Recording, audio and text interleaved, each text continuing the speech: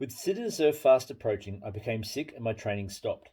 City2Surf came and went, and despite my initial solid training, I missed out on running the iconic race. This would become the story of my next decade. Every year I would begin training around May as the countdown to City2Surf began, and for some reason, usually sickness, I would miss the race. It was extremely frustrating, and as years rolled over and my City2Surf singlet stretched out of shape, my goal and desire to run the race was shut away in darkness.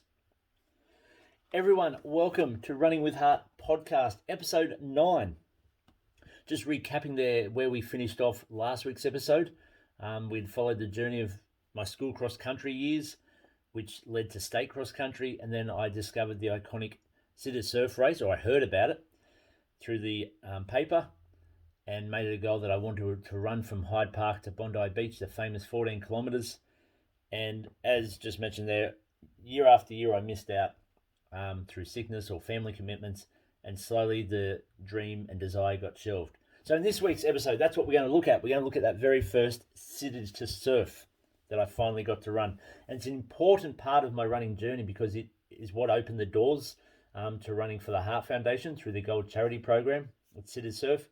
And then that led on to trying 10K races, half marathons, and New York Marathon with the Heart Foundation, and then into ultras, and that's where I am now in the ultra running scene and training for mission 231, Running with Heart, and that's for the Heart Foundation as I attempt to run the Sonder Monster in May 2022.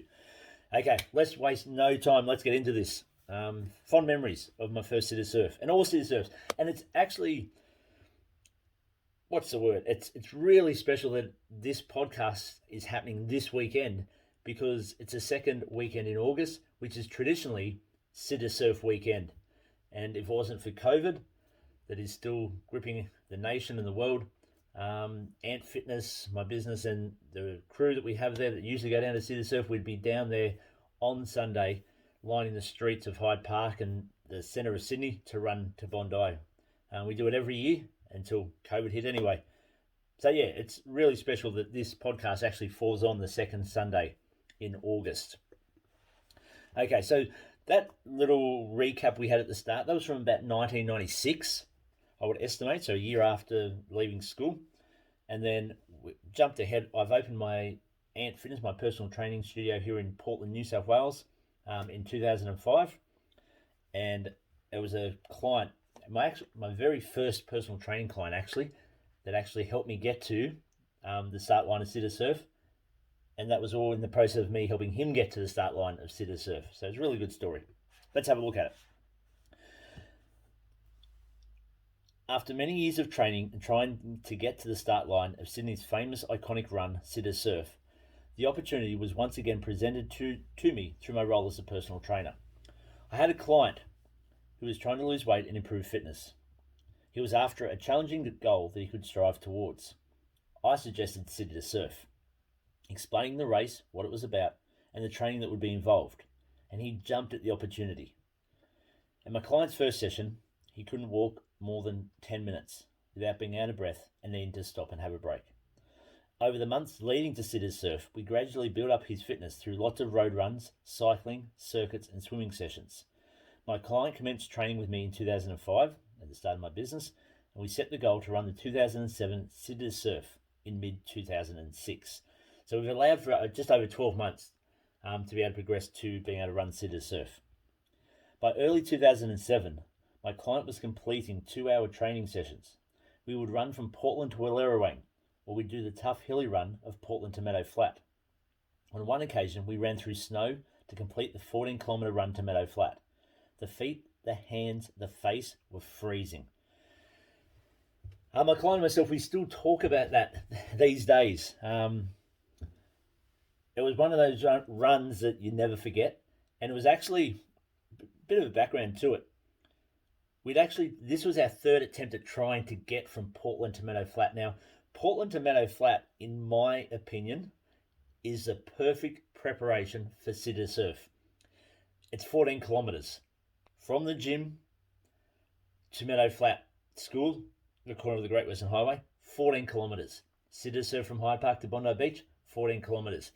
As most people know, City2Surf has the famous iconic Heartbreak Hill in the middle, around the 7 kilometre mark. Running from Portland to Meadow Flat, or vice versa, Garland's Hill, which is a well-known hill around the local districts, nice and big. Guess where it sits? Around 7.5 kilometres. And then if you're running from Portland to Meadow Flat, you've got rolling hills after it as well, which is very similar to getting to the top of Heartbreak Hill and heading towards Bondi Beach. And at the end of City2Surf, you come down the hill into Bondi, and you do the same thing when you run to Meadow Flat, down the hill finish. So very similar. And after doing it with my client in that first year, years to come, different Ant Fitness clients, we would arrange runs to Meadow Flat each year as preparation for City2Surf. The one year I didn't do it, I think there's only ever been one year I didn't run from Portland to Meadow Flat in preparation for City2Surf, was my worst City2Surf time that I'd got. But going back to the story, so it was our third attempt. The first attempt, I believe it was snowing the first time, and we actually turned back a K out of town. Turned back and said, no, we'll leave it to another day. We wanted good weather. The second time, it was torrential rain, and again, we turned back. The third time, we decided, no matter what it was, we were going all the way. And we started off, it was freezing cold, it looked like snow, and I don't think we got past Portland Cemetery, and it was snowing. As we started to climb up towards Garland's, the snow was on the side of the road. The road was ice. I remember slipping over. The feet were freezing. And there was one time too, we were walking. I don't know if this was the time we actually went all the way. I think it was. We were heading up Garland's Hill, the first climb, what we call Little Garland's. And it was the first time, so by this stage, it's probably about 6Ks out there. It was the first time we'd walked. And as we started to walk, my client's wife came down the car to the other side coming back from Bathurst and thought we'd been walking the whole time. Yeah, we still laugh about that as well. But yeah, it was a really good achievement to run out there, and especially in the snow. Back to the story. As the big day approached, I was both excited and nervous about the race. With less than a week to race day, my client was ready. However, this was the closest I had ever been to running the race I'd wanted to run for so long. I was registered and I had my race bib. I just didn't want to get sick like I had in the past and not be able to run it. And I remember being really nervous that week one. I was running it with my client, and that was the goal of City2Surf that year. It was to run with my client. And I had this dreaded fear because it had happened so many times before to me that I was going to get sick or something was going to happen, and I was going to let my client down and leave him down there amongst 50,000 people at the time. I think City2Surf was attracting then. It's now over 75 or 80,000, I think, before COVID. But yeah, that was my fear, that I was going to let him down and not be able to run it with him. And also I was going to miss out on the race that I'd missed out on so many times before. Race weekend arrived and we were both ready to run. I was so excited as I travelled down to Sydney with Monique and the kids. We all stayed, that is my family and my client, we all stayed at my brother's place, who was living at Randwick, and we shared a pizza the night before. On the morning of City2Surf, we drove the short trip into the city from Randwick. Monique chose to put on Bruce Springsteen's Born to Run on the CD player. I can still remember clearly pulling up to a set of traffic lights with a major road sign above indicating City to the left and Bondi to the right. The instrumental part of the song was playing, and I still picture that intersection every time I hear that part of the song. From that moment on, Born to Run became my running song. I remember it so clearly, that moment, and I've always been a Bruce Springsteen fan from probably when I was 6 years old.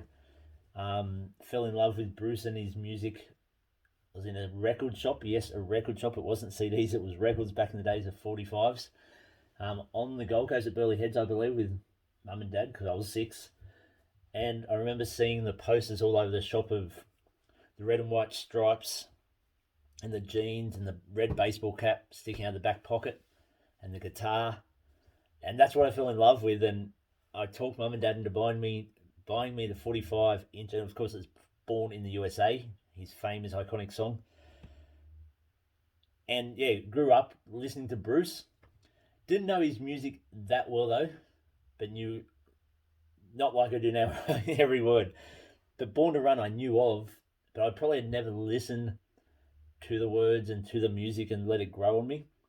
But when Monique put it into the CD player that day in the car and it came through the speakers, and just the moment of seeing Bondi to the right, City to the left, and thinking, I'm going to do this today. I'm going to get to run this with my client. I'm going to get to run to Bondi. I'm going to get to take part in City2Surf. It was so just adrenaline pumping. And as I said, that song became my anthem, I guess, for running, and it still is to this day. If you want to get psyched up to go for a run, you just put it on, you blare it out. I blare it out if I run on the treadmill in the personal training studio. Just a great song and really gets me in the mood for running. And I guess it was during these times too where I started to realise that perhaps I was born to run, as I started to enjoy the distances and going longer as well. Okay, back to getting to the city. The atmosphere on arrival at Hyde Park was incredible. There were people everywhere. It was huge and bigger than I'd ever expected. Farewelling Monique and the kids, my client and myself lined up in yellow group and waited for the gun for our starting group. Being the back of the pack group, we had a while to wait.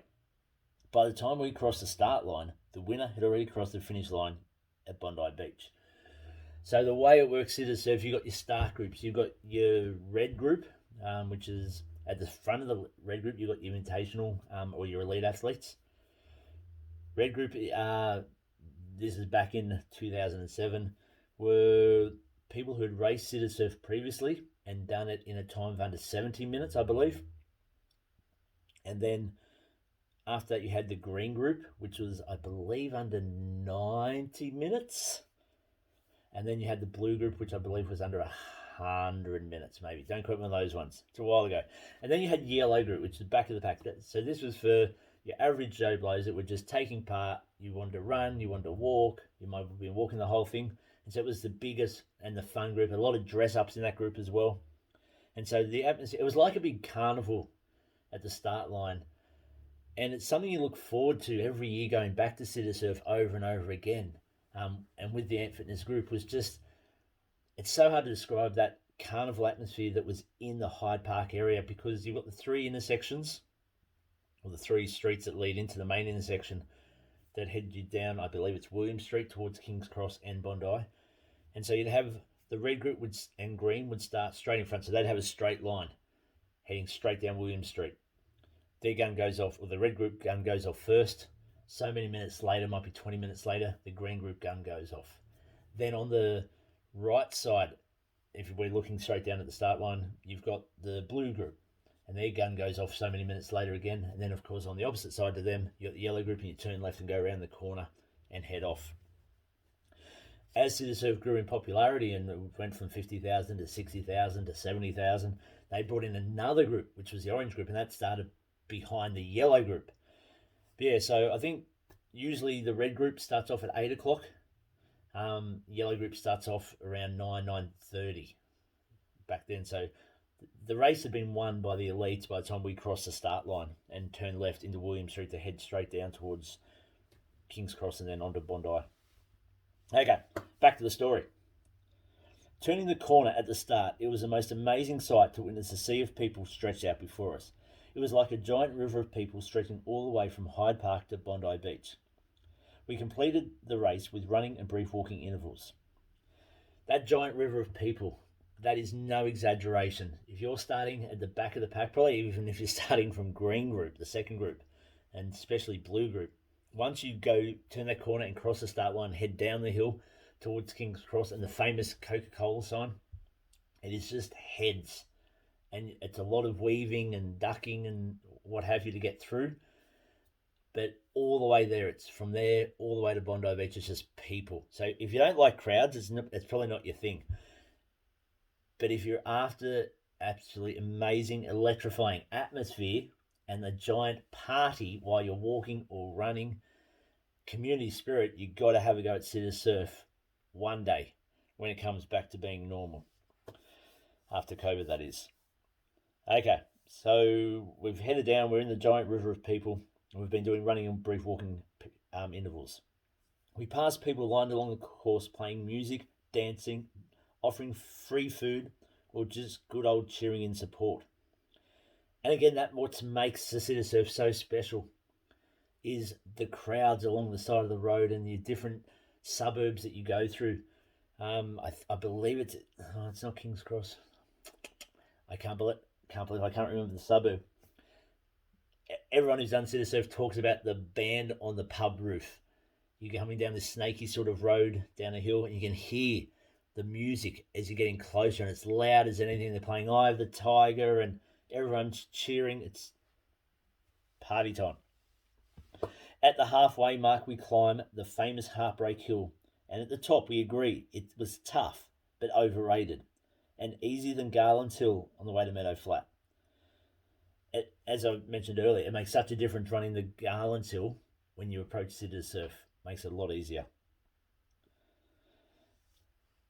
With less than 2 kilometres remaining, we topped the hill that gave us our first glimpse of Bondi Beach and the City2Surf banners lining the roads. The finish line was nearing. Again, it's an iconic moment when you got the golf course on your left, and you come around the bend and you look out and you can see the sand of Bondi Beach, you can see the Pacific Ocean, and you can see the crowds of City2Surf, the tens of thousands of people that are lining Campbell Parade in Bondi Beach. And then, of course, the finish line and the banners and the flags. Just amazing sight. We ran down Campbell Parade that was lined with cheering spectators and turned the final bend into the finishing straight. With Bondi Beach on the right, we ran along the boardwalk towards the finish line. As we stepped over it and collected our finishers' medals, the reality hit me. Finally, after nearly 12 years of trying and waiting, I completed my first City2Surf. Our time was 102 minutes and 14 seconds. My brother had travelled to Bondi for the finish and to give us a lift back to Monique and the kids in the city. He snapped our photo with our medals with the famous beach in the background. Now I had run it once, I knew that I would be back again. And back again, indeed, I went, taking clients with me from Ant Fitness every year. We made an annual tradition. And so one year we stayed at a hotel at Bondi Beach at the finish line. Other years we'd stay at hotels in the city. And we'd always meet at Hyde Park before the race started and get the group photo in front of the famous fountain or the War Memorial, or just in the starting groups, depending where we're all starting. We'd have people in different groups. But it was all just an amazing experience, and just, as I said, it's a carnival atmosphere that you really have to experience to appreciate just how much fun it is, and the music blaring, the costumes, the effort people go to dress up for City2Surf. And it's all about fun. Like, yes, they have the elites that run it, and I think Steve Monaghetti still holds the City2Surf record from either the late 80s, early 90s, and I think that's 40 minutes and 3 seconds. But yeah, so you have the elites that run it, but then, 95% of probably the people taking part are there for the challenge of Heartbreak Hill, for the fun, for the costumes, and just for that carnival atmosphere that starts the moment you arrive in Hyde Park and continues along the 14 kilometres of road through all the suburbs, the eastern suburbs, and then finishing in Campbell Parade and on the boardwalk of Bondi Beach. Really special. And that first year, doing it with my client, as I said, had that urge to go back and do it again. And I've gone back every year since. Last year missed out because of COVID. It wasn't held and we had to do it virtually, which again, we got the Ant Fitness group together and we did it here in the Portland Common, our virtual City2Surf. But for me, it was the start of falling in love with running again. As I said, there was 11 years between state cross country and my first City2Surf. And I focused a bit on football in that time, a bit of touch football, but I didn't run as much as I was during my school years, and nowhere near as much as I'm running now. And I guess in a way I got lost from running for a while. And it was when I started doing my training, as in my education for becoming a fitness instructor and a personal trainer, is when I started to get back into running. And I think I might have mentioned before on another episode where I remember going out for a run and turning around and going home after 15 minutes because I'd found it boring and I couldn't do it. Needless to say, I went out again with the encouragement of my wife, my beautiful Monique, and got into the running, and it grew from there. And I really have my first personal training client to thank for his goal of getting to City2Surf as part of his journey, and letting me go along for that ride as well, and opening up a door for me, or a stepping stone, which led me to further City2Surfs and then further races to look for, in, as I said, in 5K, 10K, which then led to the halves and the marathons and the ultras. But if it wasn't for that first City2Surf, it's a major cornerstone for me in who I am today, my running and running with heart. Again, the Heart Foundation opportunities came up with City2Surf and Gold Charity. I've got some of the medals, or all my medals for City2Surf here behind me in the studio if you're watching on YouTube. My gold charity ones are there as well. That was 2017, and 2013 was my other one, I think. 2013. So yeah, very special City2Surf. We look forward to hopefully coming back in some form when COVID is all over.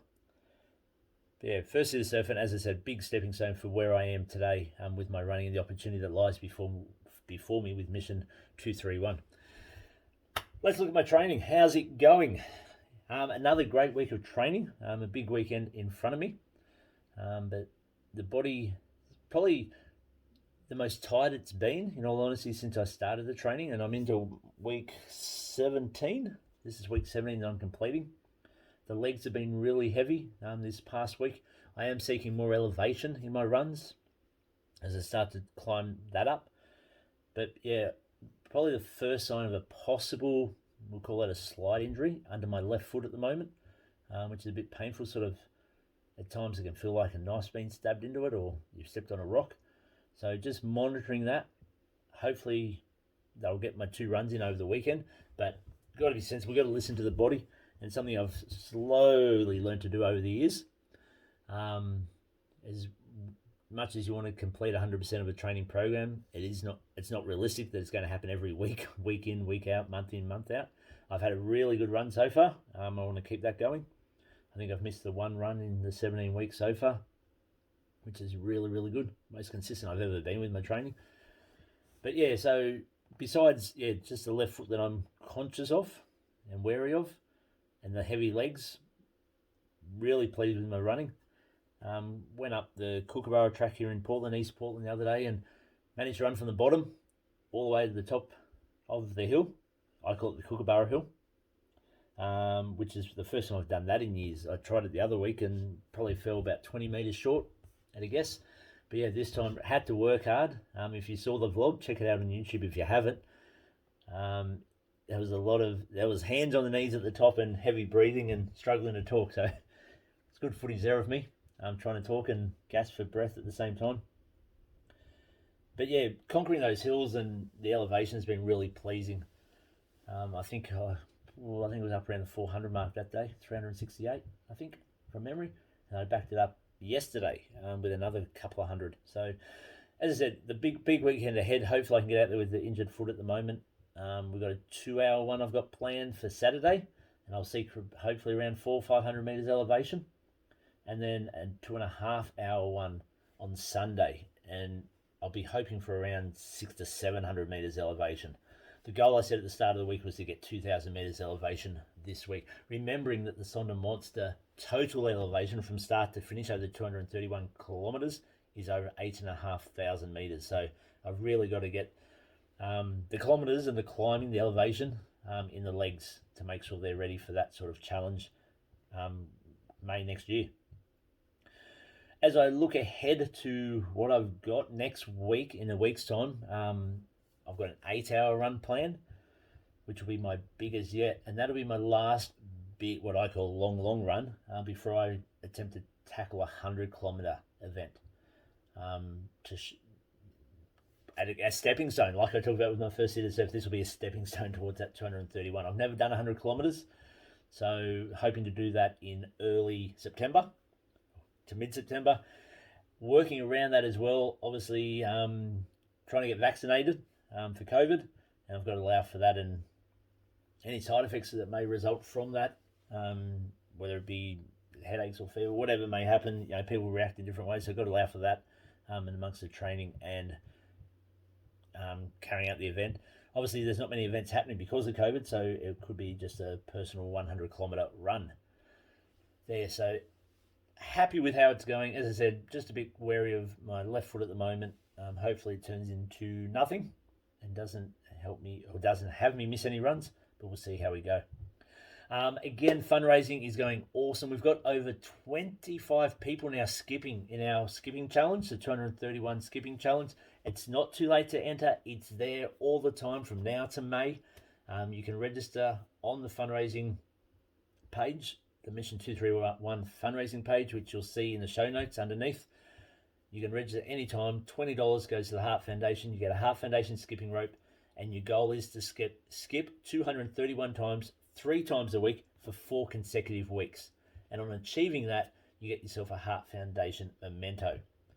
We also, in coming weeks, will be starting our walking challenge. And that's going to involve the numbers 231 as well. Don't worry, it won't be walking 231 kilometers, but it will involve those 3 numbers. So keep an eye out on the socials for that. It's coming in the next couple of weeks as well. Okay, we're going to leave it there for episode 9 of Running with Heart podcast. Thank you for joining in. Hope you enjoyed the recap of my very first City2Surf. As I said, important to look back at that first City2Surf because it's such an important, crucial stepping stone in my whole journey.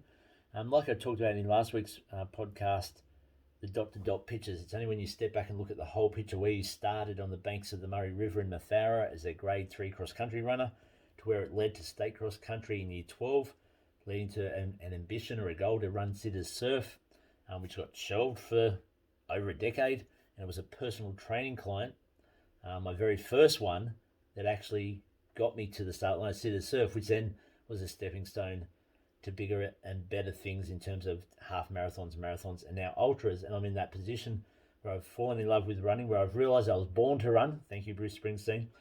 And I'm now in preparation, in training, to achieve, hopefully, what would be my biggest achievement yet with running, and that's the Sonda Monster and Mission 231.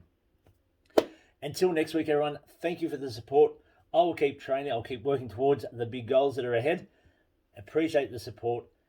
And whatever you do, make sure you're doing it running with heart.